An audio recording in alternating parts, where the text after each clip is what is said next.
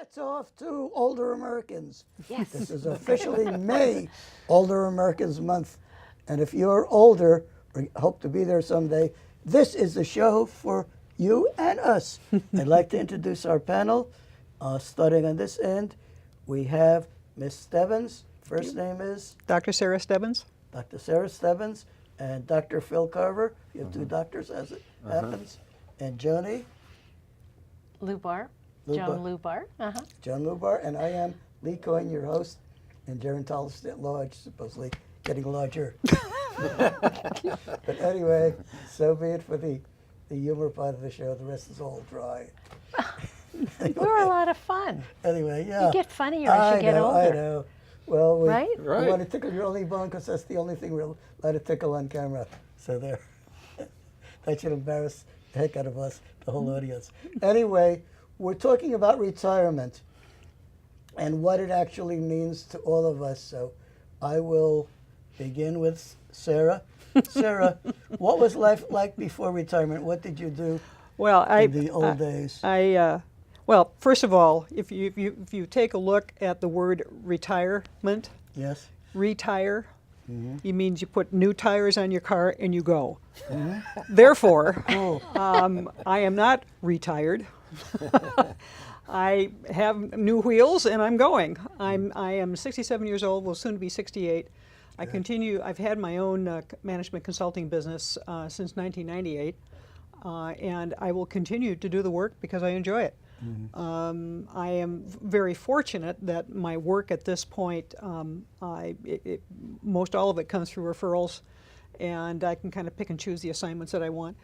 So it's very, very stimulating. It's wonderful work, and part of this retire is reinventing, and I suspect I'll have a chance to talk about that a little bit later on. But I think that I got out of the corporate world in '98. I've been What had you done in the corporate world? Educate us. Actually, doing the work that I'm doing now. I did a lot of training and organizational development, working with senior management people to basically make their organizations healthier working communities. That's kind of my mantra, I think, more than anything. That. Is that why you got out of the corporate world? Yes, exactly why I got out of the corporate world. Precisely. Yeah. Now let me also ask you, what do you do in your spare time when you're not working, weekends, evenings? What gives you a sense of joy and recreation? Well, actually, my big outlet is that I am a musician, and I have part of an all-women's bluegrass band called the Pickle Peppers Kitchen Band. Oh, we're going to have them on the air. And we really have a good time. Okay. We are doing a lot of retirement communities right now. In fact, we've got 3 gigs this month, various retirement communities in and around the Portland area. And we practice once a week, and it is just a tremendous source of pleasure and joy for me. It's a lot of fun. What instrument do you play? Well, I play a little banjo, but I'm predominantly guitar and ukulele. Well, I just want to say, I have heard Sarah when she's just played by herself, and she is so funny and is so good at what she does. You definitely have to have Humor her. incarnate. Oh, clearly, yes. But you're doing something else as well. Well, I've been through a lot of very strong personal changes in the last couple of years, and I think that anytime one experiences a loss, as I did, it really makes you step back and kind of reevaluate life in general. And what is coming out of all of that is a new venture over in Central Oregon called Nirvana Ranch Bed and Barn. Wow. My new business partner and I are creating a tiny house community where people can bring their horses, go on trail rides, and learn about sustainability. People of all ages? People of all ages. So even as we speak, my tiny house is being constructed, and What part of it? Isn't it La Grande or where? no, it's Redmond. Redmond, Just yeah. it's I an know ideal Redmond. location, right smack dab in between Bend and Redmond. very close to 97. So it's a wonderful place. It's a very restful, very pastoral place. So is part of the reason that you're doing that, is that with a long-term vision in mind? Yeah, I think that, well, as, as one of my colleagues pointed out to me about 6 or 7 months ago when I was telling her about all of this, she said, you know, Sarah, what strikes me is that you have been taking your expertise and selling it to corporations, and now what you're doing is you're taking your expertise and building something for yourself. And I hadn't thought about it from those terms before, but it really is true. That this is Transition. you know, it's here's my vision: to have a group of people sitting around a campfire, leading them in songs and telling stories. That's what I want to. If I'm going to be retiring, that's what I want to be doing. My business colleague can take them on the trail rides. I'm going to be the campfire host. Sounds like fun. It will be fun. Yeah. It'll be a lot of fun, and I think that being in community there is such an important part of the aging process. Having that sense of connection and community, and we're clearly well on our way to developing that. So I'm quite excited about it. So I want to ask you a question now that you bring up being in community, and what that means to you, and how you've experienced it in other parts of your life. Oh wow, what that means to me. Well, as you probably sensed, I'm a little bit outgoing, and so it's easy for me to connect with people. But clearly, I want people in my life that reflect where I am. I'm a voracious learner. I'm a bit of an adventurer. I'm a risk taker, and so I like hanging out with folks like that because it keeps me energized.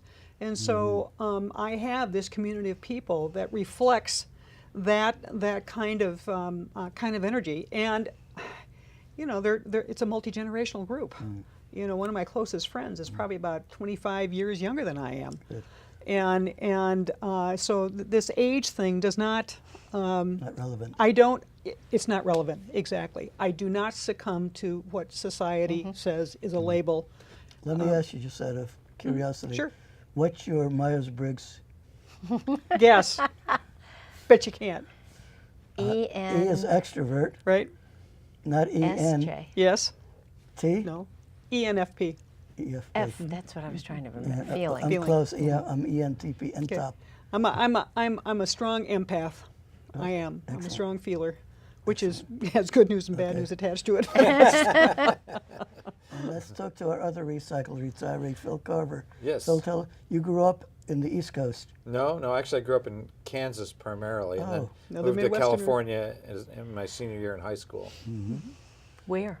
I moved to Pasadena. I graduated from Blair High School, which is a fascinating experience, going from pretty much all-white high school in Kansas City suburb to a high school in which there was no majority. I think the whites may have had a slight plurality, but it was a mix of Hispanic, Asian, African American, and Anglo.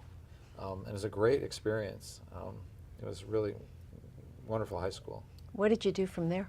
I went to UC San Diego, University of California, San Diego, and got a bachelor's in economics. And then I went to Johns Hopkins and got a PhD in natural resource economics. Really interesting. So you want to tell us a little bit about what that means? Well, it's like right now I work a lot on carbon pricing, and the EPA's proposed a clean power plan to reduce carbon emissions from existing coal-fired power plants primarily. And so I work on that at my day job, my half-time job at the Oregon Department of Energy. And then in my other life, in my volunteer work, I work with the Citizens Climate Lobby, and they have a particular proposal for a revenue-neutral carbon tax. And so that's my alter ego that works on the federal issues in my volunteer work. So that's the kind of things that a resource economist works on, is how to get the what are called environmental externalities included in the market, how to deal with regulatory policy, how to get clean, sustainable energy in Oregon, those kind of things. So during your career, who did you work for and what did you do? Well- Since you're now doing kind of two jobs part-time for fun. I hope. Yeah, but they're both fun. Well, I taught 2 years at Dartmouth College in the undergraduate policy studies program, and then that was a kind of a temporary program, and it looked like it only would go for another more year or more, maybe. But anyway, I wanted to do more policy, so I took a job with the Oregon Department of Energy as an economist in 1980. And then I worked full-time with them till 2008, 28 years. And then I retired nominally. And then I worked a couple years for the Public Utility Commission. And in December of 2012, I came back half-time to the Department of Energy. I've been there since then. What made you choose to do that again? It's an interesting department. It's a policy-oriented department. It has some energy efficiency and renewable programs. It has a division that sites new power plants, new power lines, new pipelines. It has a division that does nuclear safety. It staffs the Hanford Nuclear Waste Board. And so there's a lot, and then a lot of programs, energy efficiency, and renewable resource programs. So it's got a good mix of policy and programs and activities, and it's a good cooperative environment, about a little less than 100 people total. I like it. And Phil, you also used to write a column for the old Peter Bergel's paper. Yeah, Oregon Peace Worker. Yeah, I wrote a monthly column. It was one point called Congress Watch, another called the Beltway Bulletin, but it was about what's happening inside the Beltway. 495. Like political Yeah, analysis. yeah, well, no, Washington, the Washington D.C.? Beltway. Washington the Beltway. Washington Yeah, that's Beltway, 495. Yeah. Yeah. So yeah, and I just cobbled together stuff. This is before the internet, really. So I'd get on some blogs, and now people can really do it themselves in terms of finding out what different organizations, which bills they support, which bills they oppose. But the Quaker organization, the Friends Committee for National Legislation, was one of my main sources, because they really did a good, pretty objective analysis of different bills, focused largely on peace and environment issues.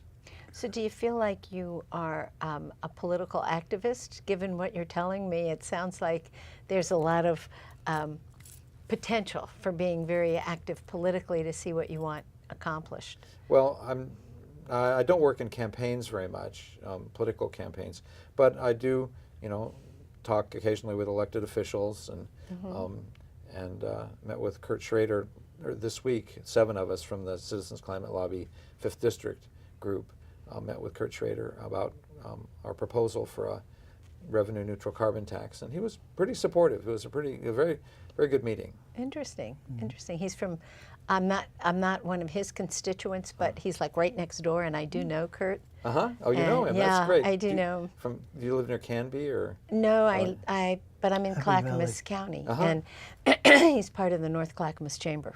Oh, And so he interesting. always comes and talks. And I bumped into him once in the airport coming back from Washington, D.C. So that was kind of, and I quizzed him with all my questions of things I Poor guy. wasn't quite Try sure. to do some R&R. Yeah, poor guy is right. Phil, I want to ask what you do as relaxation hobbies, and whether you've thought ahead about your retirement and what you will do to find fulfilling. I like to, in terms of commuting, I like to ride my electric-assisted bicycle.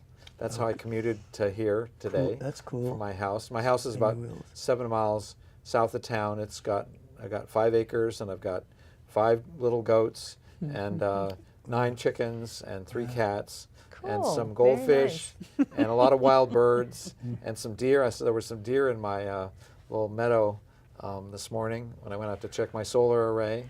And I have an electric car. Wow. So I like to have a lot of little activities. My wife and I like to go hiking and backpacking. We're planning to go river raft the Grand Canyon in next spring break. I haven't told my grown children, but they're going to get invited. And we're going to go to Europe in September. What part of Europe? Austria and northern Italy. Maybe we'll probably get down to Rome. Austria's beautiful. We can talk about it. Yeah. So anyway, but Another time, though. and I do some reading, and I watch a little sports, More than my wife would like, I think. And Sarah, what do you So, do? well, wait a minute. Before sorry, you, go I would just want Yeah, go to, ahead. from Continue. what I hear, is you have a very full life and you're doing things you're passionate about. Yeah, and I'm a leader in my church, so I Mm-hmm. do that kind of stuff too. So, yeah, I've had a lot of things, a lot of fun things. Have you been able to do more of that since you officially retired, even though you're not retired? Well, yeah, 20 hours a week, and it's I work a little more than 20 hours a week, truth be told, and I worked a little more than 40 hours a week when I was full time. But that 20 hours a week is, that's a lot of time, I and know. I'm not so tired. Also, I'm, because there's not so much stress. Because I'm not building a career. My career is pretty much established, and I just kind of helping out and contributing. Paying it forward a little bit, you Oh, think? yeah. Yeah, Well, I that's think always that's fun, yeah. awesome. Well, I want to share one other thing because I know that Sarah has done that trip down the Grand it last summer? Canyon. Oh, It was amazing. It was really amazing. I can't even put it into words, but it was one of the most intense, profound vacation / spiritual experiences I've ever had.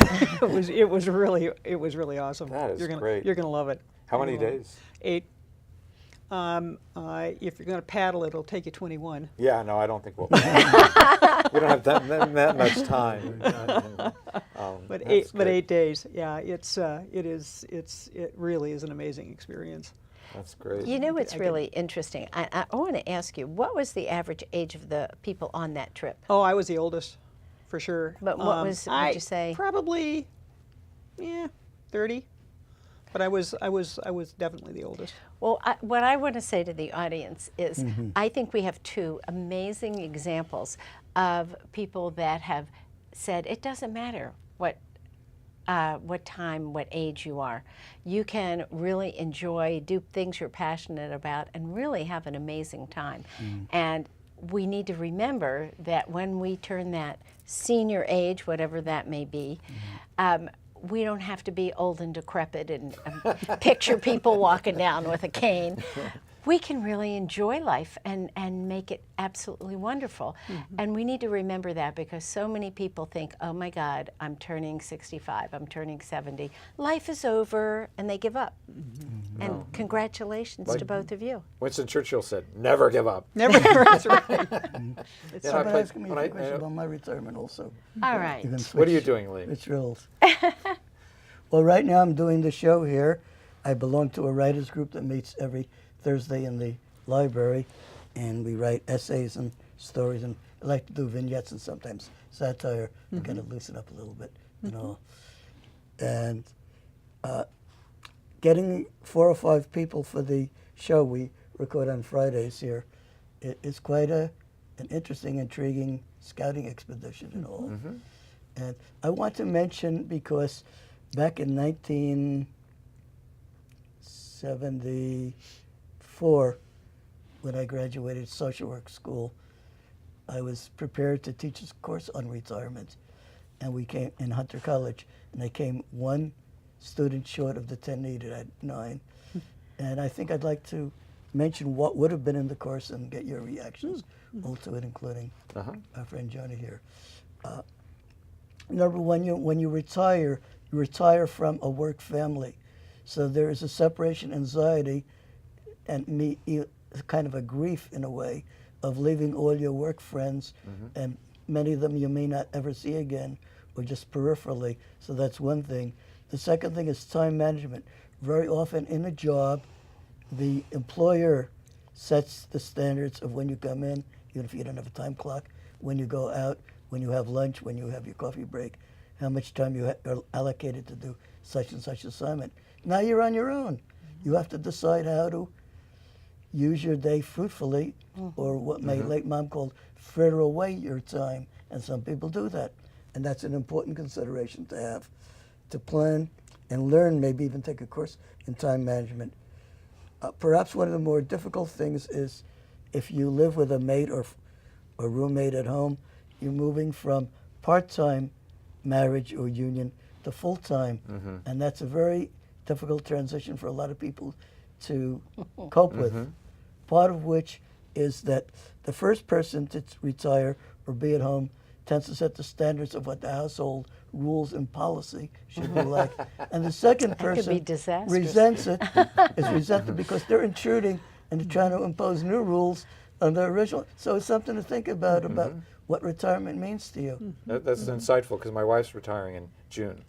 Full, but she's really retiring. She may do some substitute teaching, but she's more retired. She'll be more retired probably than I am So now. you got to get rid of that. Ready for that. Yeah. So yeah. do you have a Yeah. discussion about how that's going to work? And We get along really well. I think it'll be fine. Her only complaint is I watch sports too much, and there's no sports on during the day, so that solves that problem. I don't actually watch that much sports. We play tennis together, and as doubles team, and we sometimes play singles against each other. And she's getting really good. She sometimes beats me. So Do you play Scrabble? Scrabble. You don't know. We do play Scrabble with friends, and she plays Words with friends, and we don't play Words with friends with each other, but we play cribbage mostly when we play games. Interesting. Very good. Well, I'm not retired. I'm in my 70s, and what I do is my own business, so I kind of run my own time. And that was a real challenge when I went into business for myself.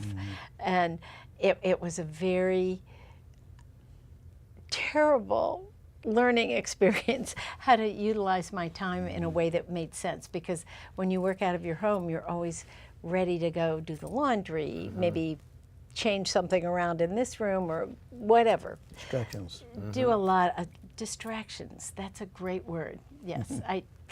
And not being the most organized person ever, that was a challenge for me.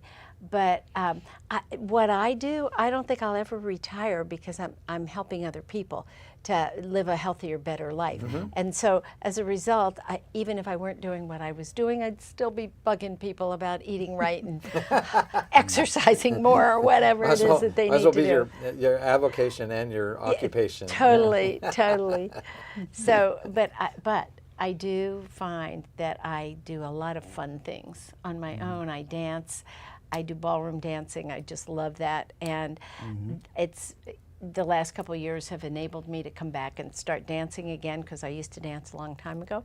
And I'm doing a great yoga class that also has some workshops that I'm going to Arizona to participate in. So there's and then I get to play with my grandkids when I want. Grandkids, I have three. Yes, Yeah. isn't that One's part of the 7 fun? months old, but the 8-year-old and the 9-year-old and you'd shoot me. The 9-year-old and the 12-year-old are great fun.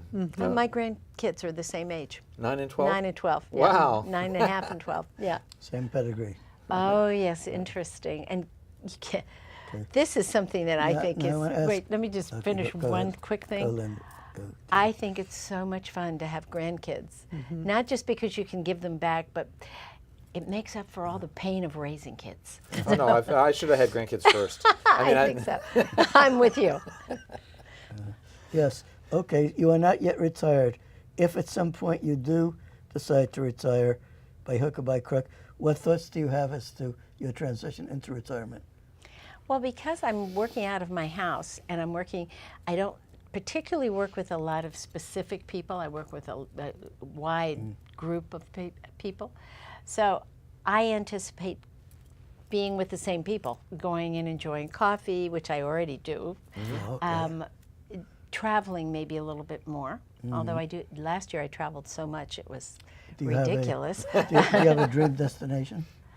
Actually, I want to go, I lived in Brazil for about a year and a half, and I want to go back to South America, and I really want to cover South America. And I really would love to go to Machu Picchu. Oh, wow. That That'd would be awesome. So I have to be in really good shape to be able to be up there. Yeah, yeah. So- That'd be great. I may have you back to talk about Brazil, because we have a show we also do called Our Noble Globe, and we haven't spotlighted Brazil yet. Well, it's been like 30 years, so Oh. you may not want to. Brazil's Well, I can in- tell you some Before funny Visita. stories. Brazil's in quite a Okay. political upheaval Right now, Yes, it's, the yes. President is facing impeachment there and all. Yeah. Yes. And Sarah, we'd like to have your band come here sometime. The bluegrass music. and Well, just, you know Pickled- what? You pickled have to peppers? bring you have to the bring band, them down I here. think, would be delighted to come. I usually don't speak for my band members, but I think that this would be, Okay. they would enjoy that. Let me ask this on camera. You're all witnesses out there. Maybe we could have you come toward the end of June so we could have a pre-July 4th patriotic banjo and bluegrass Okay. Concert. festival. All right. Bluegrass Americana 101. Give me a date. I'm going to be seeing my band members tomorrow, and I'll Okay. talk to them about it. Probably the final Friday in Okay. June, Okay. tentatively. You heard Well, it appreciate- here, folks. appreciate It'll the either be invite. one of the two final Fridays I have to see, because sometimes I go off to Seebeck. There's a Peace and Justice Conference July 4th, and I have to see Appreciate where that that. falls and all. Well, thank you. Okay. We would Any enjoy final thoughts about what people need to do to prepare for retirement? In my case, I transitioned from a full-time job to doing part-time work, Mm-hmm. so it made it a little bit easier to kind of a step-down type thing. Mm-hmm. You know, even though I'm not retired per se, I mean, I kind of live like I'm retired, I think it's really important to prepare. If you really are going to leave a job, you really have to think about where you're going from there. There's so many people that once they retire, they've all of a sudden lost their purpose. So I think it's really important to do some planning and decide what you really want to do in your life. Well, I do a lot of coaching. Yes. Coaching is part of my work, and when I see people whose job is their identity, you know, one of the things that we work on is trying to maintain that life-work balance. Because the question that I ask them, are you planning on doing this for the next 35 years?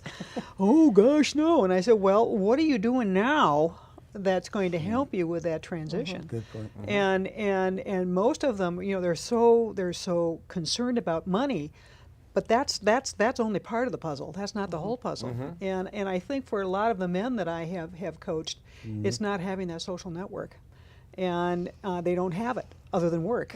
And that's the big one, because the research will tell you that for a man in particular, that first year after retirement is critical. If they can make it through that first year, they're going to be fine. But that first year, there's a very, very high spike in immortality, quite frankly. So I think that thinking about it before you do it is really, really important. To your point, planning. Yeah. Now, you How about you, probably Phil? know that the city of Salem is known as a state capital with a lot of state government workers. And therefore, I'm putting out a challenge to state government, to Kate Brown and her entire staff, Labor Commission or whatever. Get your state workers a pre-retirement seminar as a requisite Absolutely. in the year Great before idea. Yeah. they retire. Have them think about what they're going to do, both exercise-wise, to keep their bellies intact, if not smaller. We're not And their touching that. mouths and all. Don't touch that with a 10-foot something. And also, don't just think about money in retirement. There's psychosocial interactions that you need. Having a social support network, whether you play cards or ping pong or whatever, make sure that you're ready for it, because the future is up to you, but you got to begin early on. I really couldn't add anything. That's you getting ready, having a social network. That's it. Okay. Thank you. Great. Happy retirement. Bye now. Bye. Thank you. Thanks. Okay. We did it. We survived. It was fun. Fun.